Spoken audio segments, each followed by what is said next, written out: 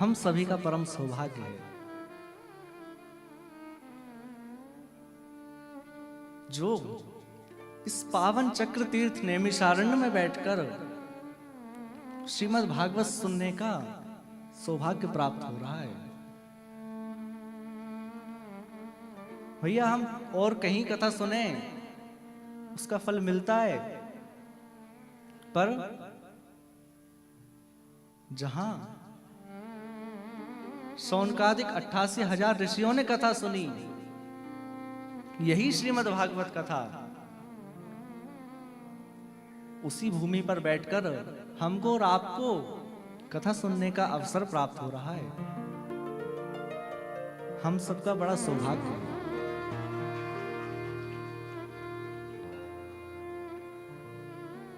और एक बात बताऊं आपको, हम श्रीमद् भागवत की शरण में बैठे हैं। अब 7 दिनों तक हमें मन लगाकर श्रीमद् भागवत सुनना है।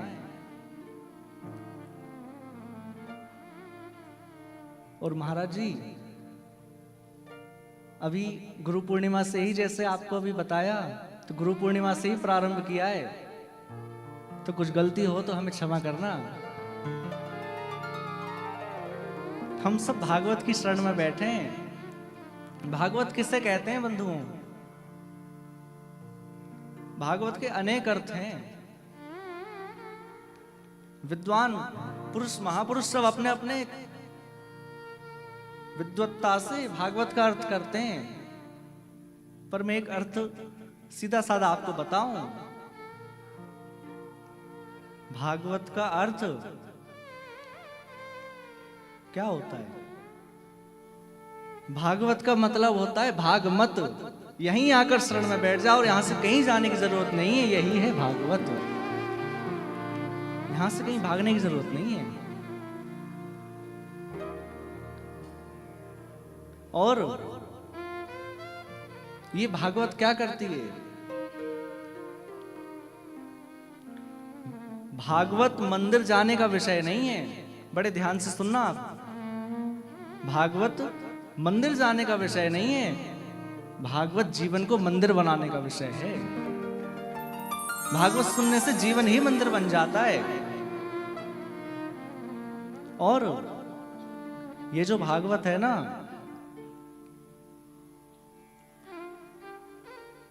ये जीव को ईश्वर के पास नहीं ले जाता। आप कहेंगे ये क्या कह रहे हैं? ये जो भागवत है जीव को ईश्वर के पास नहीं ले जाती बंधुओं, ईश्वर को जीव के पास लाकर खड़ा कर देती है। यही है श्रीमद् भागवत।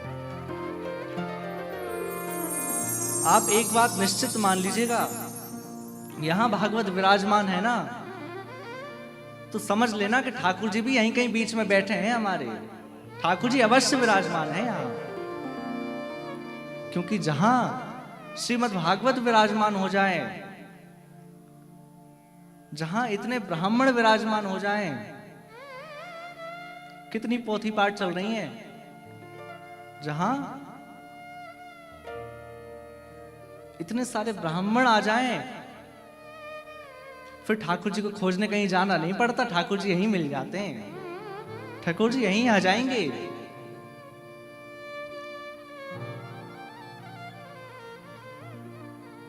ये भागवत बड़ा अद्भुत विषय है।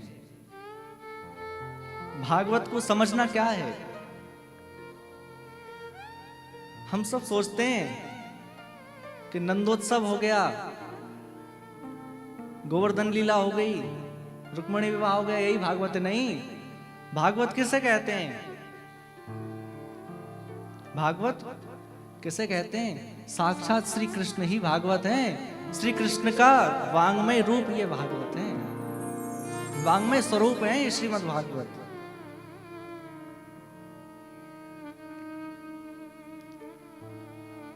ऐसे समझिए, भागवत में जो श्लोक है ना, वह हमारे ठाकुर जी के प्रत्येक रोम है। ये भागवत श्री ठाकुर जी का स्वरूप है। ठाकुर जी का ही रूप है भागवत। और आप ये बताओ, ठाकुर जी को क्या पढ़ना पड़ता है? ठाकुर जी को क्या सुनना पड़ता है? भगवान श्री कृष्ण ना तो पढ़ने के विषय हैं, ना सुनने के विषय हैं, ना कहने के विषय हैं। भगवान श्री कृष्ण तो केवल अनुभव के विषय हैं।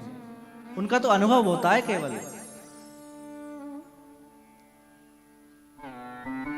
बड़ी सुंदर हमें भागवत कथा सुनने को मिल रही है। और अब समय भी कम है, इसलिए हम लोग भागवत में प्रवेश करें, आज का महात्म श्रवण करें। पर भागवत में प्रवेश करने से पहले एक बात अपने मन में बिठा लीजिएगा कि जितनी देर हम यहां बैठे हैं ना भागवत में, आप सब कुछ भूल जाइए। आप भूल जाइए कि हम कहां बैठे हैं, हमारे व्यापार में क्या हो रहा होगा, हमारे घर पर क्या हो रहा होगा, सब कुछ भूल जाइए। बस आपको यह याद रखना है कि हम इन 7 दिनों के लिए बड़े ही दिव्य महोत्सव में सम्मिलित हुए हैं। और यह ठाकुर जी ने हम सबको अवसर दिया है। एक बात बताऊं, हम लोग चाहे ना तो ठाकुर जी को नहीं पा सकते।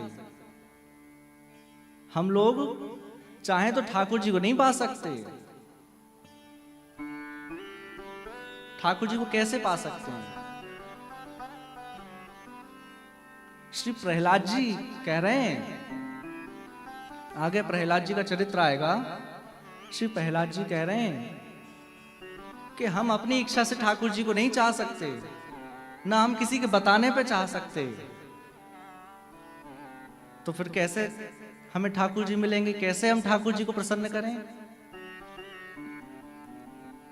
प्रहलाद जी कह रहे हैं, मत न कृष्णे परता स्वतो वा मिथो विपद्येत गृह वृताना अदान्ते गोभिर्विशिता तमस्त्रम् पुनः पुनश्चर्वित चर्वणानाम्। प्रहलाद जी क्या कह रहे हैं? ना तो हम स्वयं ठाकुर जी को चाह सकते, ना किसी के बताने से चाह सकते। हम तो जब ठाकुर जी चाह लें कि अब ये मेरी शरण में आ जाए, अब मैं इसको मिल जाऊं, तभी हम ठाकुर जी को पास जा सकते हैं, तभी हमें ठाकुर जी मिल सकते हैं। प्रहलाद जी कह रहे हैं। तो ये बात आप निश्चित मान लीजिए कि हम आप सब यहां भागवत की शरण में बैठे हैं ना, भागवत की शरण में बैठे हैं तो ठाकुर जी ने ही हमारा चयन किया है, ठाकुर जी ने ही हमें बुलाया है। क्योंकि उनकी मर्जी के बिना तो हम कहीं जा ही नहीं सकते। इसलिए हम सब यहां विराजमान हैं, बैठे हैं इस भूमि पर। तो आइए कथा के महत्व में प्रवेश करें, महात्मा में प्रवेश करें।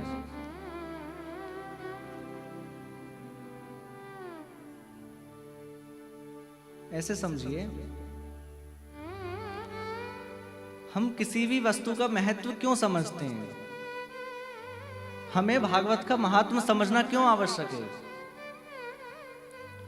तो महत्व का मतलब होता है, महात्मा का मतलब होता है इंपॉर्टेंस, किसी चीज का महत्व। जैसे आपके पास कोई बड़ा प्रतिष्ठित व्यक्ति बैठा है, पर आप उसका महत्व ही नहीं जानते, आप नहीं जानते कि ये कौन है, तो क्या आपकी श्रद्धा उनमें होगी? नहीं होगी। आपकी श्रद्धा नहीं हो सकती उनमें जब तक हम उनका महत्व नहीं जानेंगे। और एक बात कहूं, आजकल का जो कलियुगी व्यक्ति है ना, ये हर काम अपने फायदे के लिए करता है, हर काम अपने फायदे के लिए ढूंढता है कि मेरा फायदा क्या है इसमें। तो व्यास जी यहां उसका महत्व बतला रहे हैं कि श्रीमद् भागवत सुनने से आपको क्या मिलेगा, श्रीमद् भागवत सुनना क्यों आवश्यक है। बड़ा सुंदर महात्मा सुनाया है। और महात्मा का पहला श्लोक क्या कह रहे हैं श्री वेद व्यास जी, सच्चिदानंद रूपाय विश्वोत्पत्त्यादि हेतवे तापत्रय विनाशाय श्री कृष्णाय वयम् नमः। भगवान के 3 रूप हैं, सत्य, चित और आनंद। ठाकुर जी के स्वरूप तो बहुत सारे हैं, पर उन सब स्वरूपों के रूप केवल 3 ही हैं। जैसे वृंदावन जाएं तो वृंदावन में बिहारी जी बैठे हैं, राधा रमन जी बैठे हैं, राधा वल्लभ जी बैठे हैं।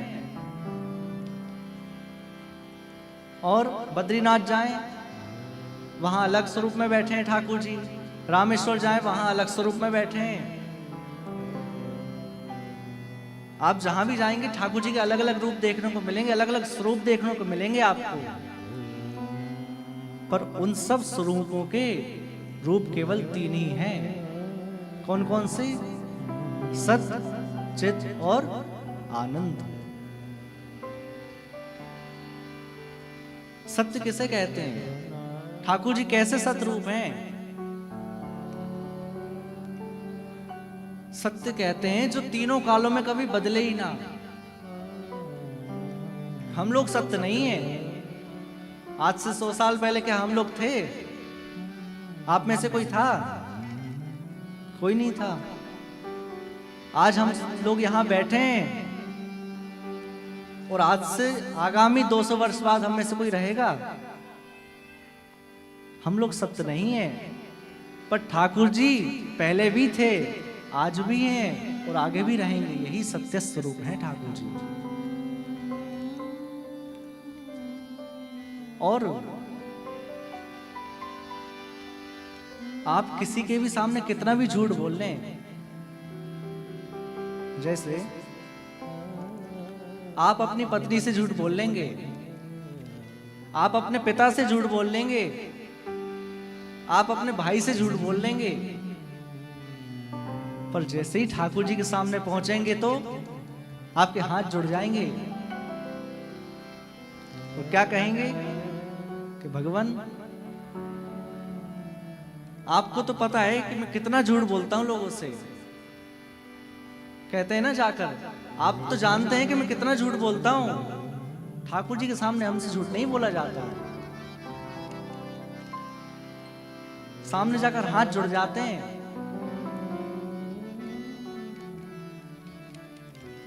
तो जिसके सामने पहुंचने से हमारे अंदर का सत्य बाहर निकलने लगे, वह है सत्य स्वरूप परमात्मा। सत्य है वह। दूसरा चैतन्य रूप है। जैसे ये माइक है, यह जड़ है, ये चेतन नहीं है।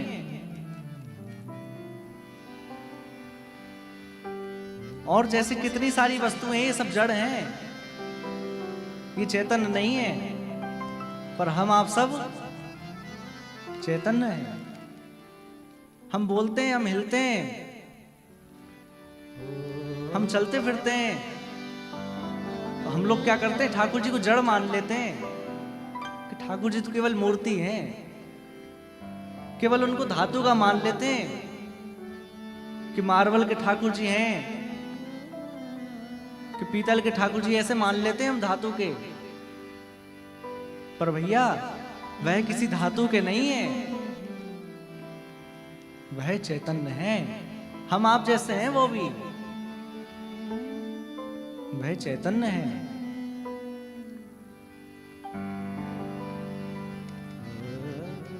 हम ठाकुर जी को चैतन्य माने, और एक बात आपने कभी सोची है कि ठाकुर जी ने यदि हमको जड़ स्वीकार कर लिया तो हम क्या होंगे फिर?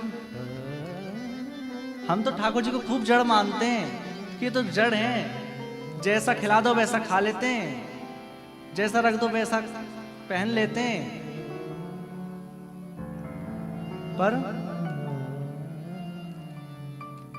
ठाकुर जी चैतन्य हैं।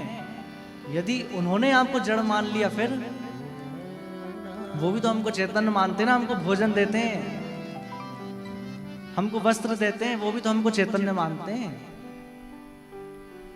ठाकुर जी चैतन्य हैं।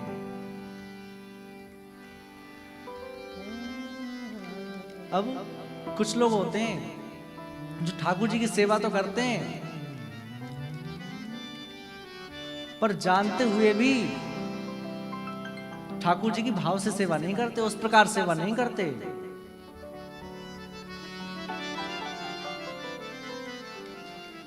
और एक बात कहूं मैं, आप लोग ये सोचे ना कि ठाकुर जी सारी गलती माफ करते हैं, कुछ गलती हो जाए तो ठाकुर जी माफ कर देते हैं, पर ठाकुर जी भी उसे ही माफ करते हैं जो भोला होता है, जिसको पता नहीं होता है, जो एकदम सीधा होता है उसको माफ करते हैं ठाकुर जी, उसको क्षमा करते हैं। ऐसे लोगों को नहीं करते जो बाहर तो खूब चालाक बनते हैं, बाहर तो खूब तेज बनते हैं, और ठाकुर जी से बोलते हैं हम तो भोले हैं, हमें कुछ नहीं आता। ठाकुर जी के सामने जाकर एकदम भोले बन जाते हैं, उनको ठाकुर जी माफ नहीं करते। महाराष्ट्र में तुकाराम जी हुए,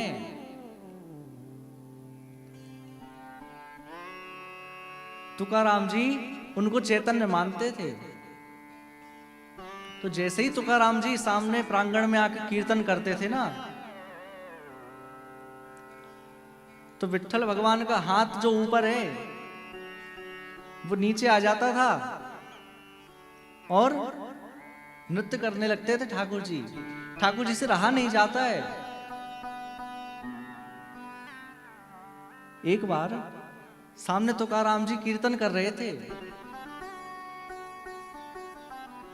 तो विट्ठल भगवान ने कहा कि मैं जाता हूं इनकी कीर्तन में, और इनके कीर्तन में जाकर, इनके कीर्तन में पहुंचकर मैं भी थोड़ा नृत्य करूं, मैं भी इनके कीर्तन में पहुंचूं। तो रुक्मणी जी कहने लगी कहां जा रहे हो? रुक्मणी जी ने पूछा आप कहां जा रहे हो? ठाकुर जी बोलते हैं कि देखो मेरा भक्त कितना अच्छा कीर्तन कर रहा है, मेरा मन हो रहा है कि सामने जाकर झूम लूं थोड़ा। रुक्मणी जी कहती हैं अरे आपको कोई पहचान लेगा, आपको कोई भी देख लेगा कि देखो ठाकुर जी आए, तुरंत पकड़ लेंगे लोग।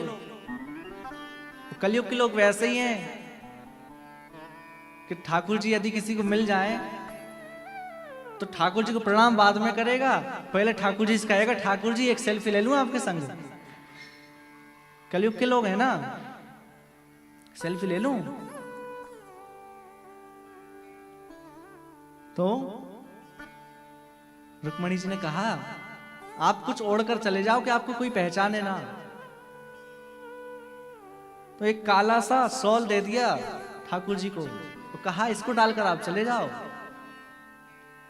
अब उसको डालकर ठाकुर जी तुकाराम के कीर्तन में पहुंच गए, और इतना आनंद आ रहा है ठाकुर जी को, इतना आनंद आ रहा है कि धीरे धीरे ठाकुर जी के वस्त्र कब अस्त व्यस्त हो गए पता ही नहीं चला, कब शॉल सिर पे से नीचे गिर गया पता ना चला। ठाकुर जी नृत्य करने लगे, और जैसे ही देखा कि अरे ये तो ठाकुर जी हैं, तो सब कीर्तन बंद करके और ठाकुर जी के पास आ गए। भैया एक बार कहीं तुकाराम जी का कीर्तन था, बड़े ध्यान से सुनना। एक स्थान पर तुकाराम जी का कीर्तन था। अब वहां सब तो पहुंचते ही थे, पर ठाकुर जी भी पहुंचते थे उनको श्रवण करने के लिए, कीर्तन का आनंद करने के लिए ठाकुर जी पहुंचते थे।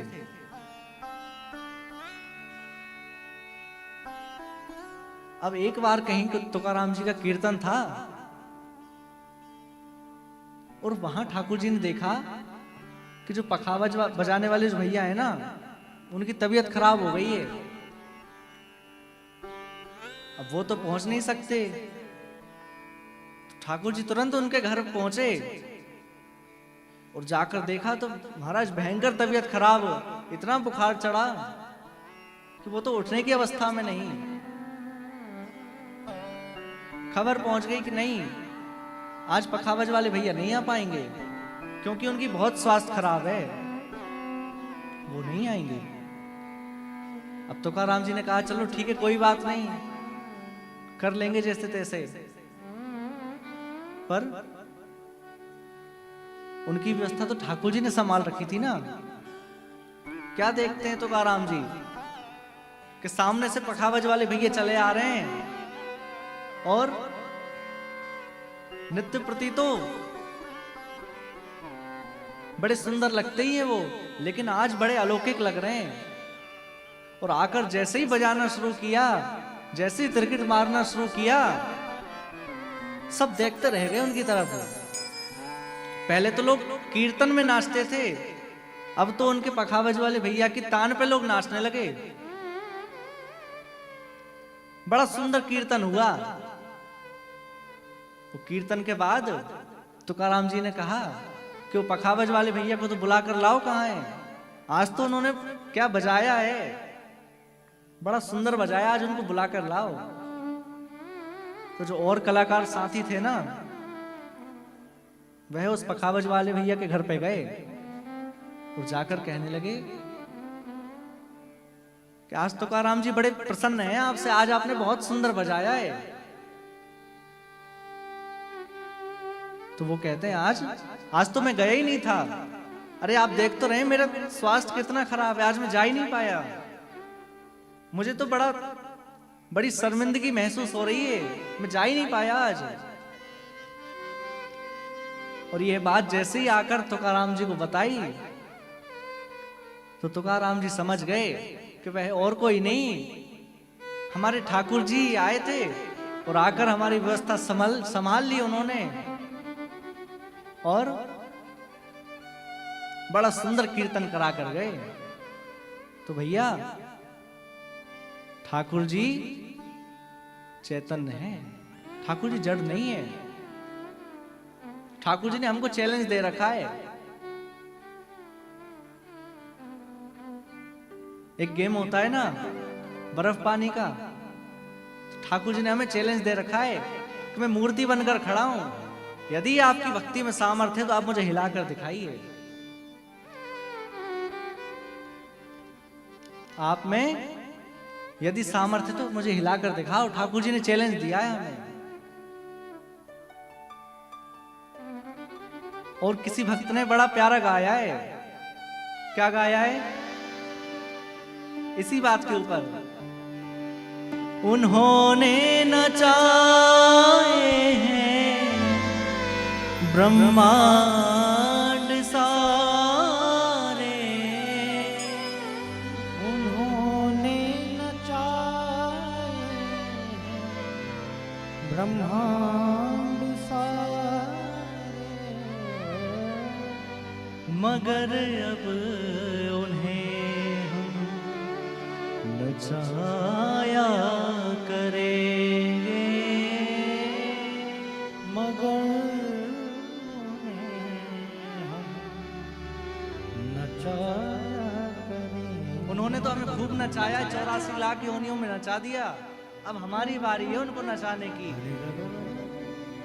कन्हैया कन्हैया पुकारा करेंगे, लताओं में ब्रज की गुजारा करेंगे।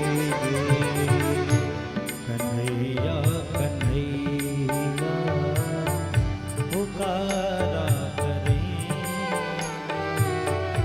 लताओं में ब्रज की गुजारा करेंगे। कन्हैया कन्हैया पुकारा करेंगे। लताओं में ब्रज की गुजारा करेंगे। कन्हैया कन्हैया पुकारा करेंगे।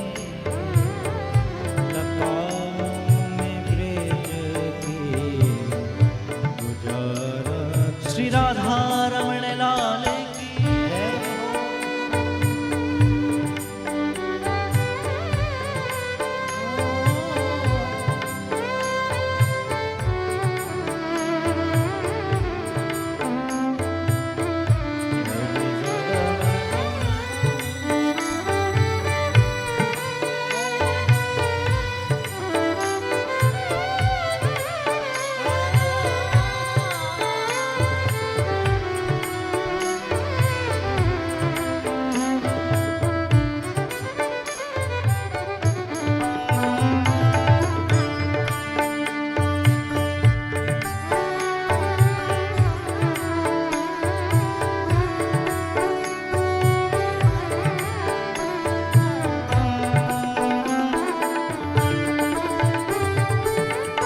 उन्हें प्रेम डोरी में हम बांध लेंगे।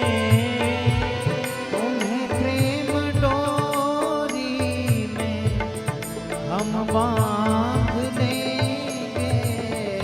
उन्हें प्रेम डोरी में हम बांध लेंगे। उन्हें प्रेम डोरी में हम बांध लेंगे। कितना प्यारा लिखा है। ठाकुर जी को कहीं ठाकुर जी भागने की सोचे भी ना, उनको भागने मत देना। आप अपने हृदय की प्रेम की डोरी से उनको बांध लेना। और फिर वो कहाँ भाग जाया करेंगे। तो फिर वो कहाँ जाया करेंगे। कन्हैया कन्हैया पुकारा करेंगे। लताओं में ब्रज की गुजारा करेंगे।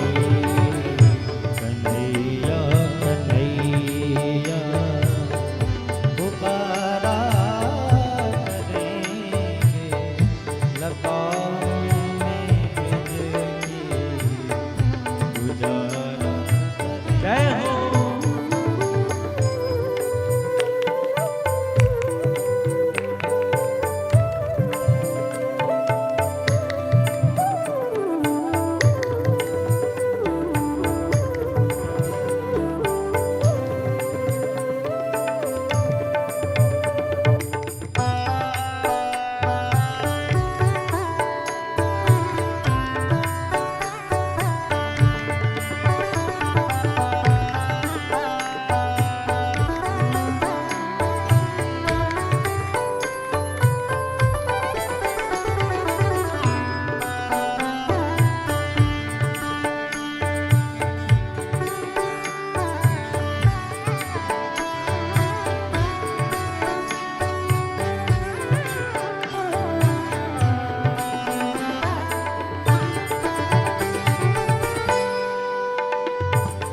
आप लोगों ने सुना होगा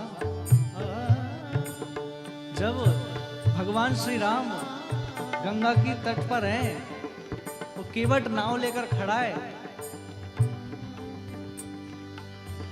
भगवान श्री राम नाव में बैठ गए। अब केवट इस पार से ले जाए उस पार, और जैसे ही पहुंचने वाले हों पहले ही नाव घुमा दे वहां से, और जैसे ही इस पार आए तो फिर नाव घुमा दे। 4 चक्कर लगा दिए गंगा जी के, पार नहीं उतारा। भगवान राम ने पूछा, अरे भैया आप हमें उतारते क्यों नहीं हो, पार लगा दो ना, उस पार उतार दो। केवट बोलता है, अच्छा आप इतने में ही थक गए? अरे मैंने गंगा के 4 चक्कर के आपको लगवा दिया, आप इतने में थक गए? आपको ये नहीं लगता कि आप हमें इतना नचाते हैं 84 लाख बार, हम नहीं थकते होंगे? आप 4 बार में ही थक गए। क्या कह रहा है कवि? उन्होंने नचाए हैं ब्रह्मांड सारे, उन्होंने नचाए हैं ब्रह्मांड सारे, और उन्होंने नचाए हैं ब्रह्मांड सारे, उन्होंने नचाए हैं ब्रह्मांड सारे, मगर अब उन्हें हम नचाया करेंगे, मगर उन्हें हम नचाया करेंगे।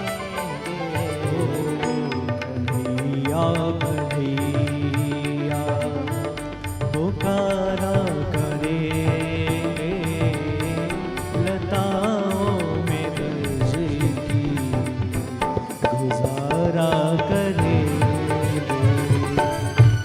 कन्हैया कन्हैया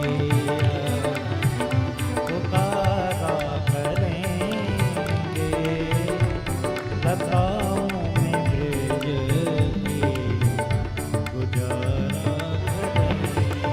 हो जय जय राधा रमण प्यारो, राधा रमण जय जय राधा रमण प्यारो, राधा रमण हो जय जय राधा रमण प्यारो, राधा रमण जय जय राधा रमण प्यारो, राधा रमण जय जय राधा रमण प्यारो, राधा रमण जय जय हो जय जय राधा रमण प्यारो, राधा रमण